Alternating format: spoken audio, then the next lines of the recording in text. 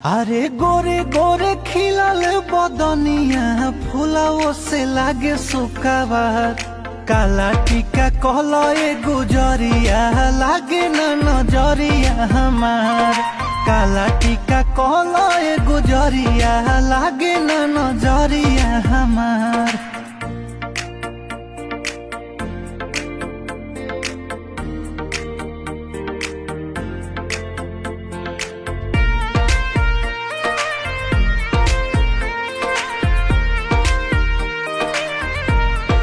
दिलावा तोहरे नामे धड़केला कके देखट कि तोहरा बिना नहीं जियब बतिया कहतानी सच।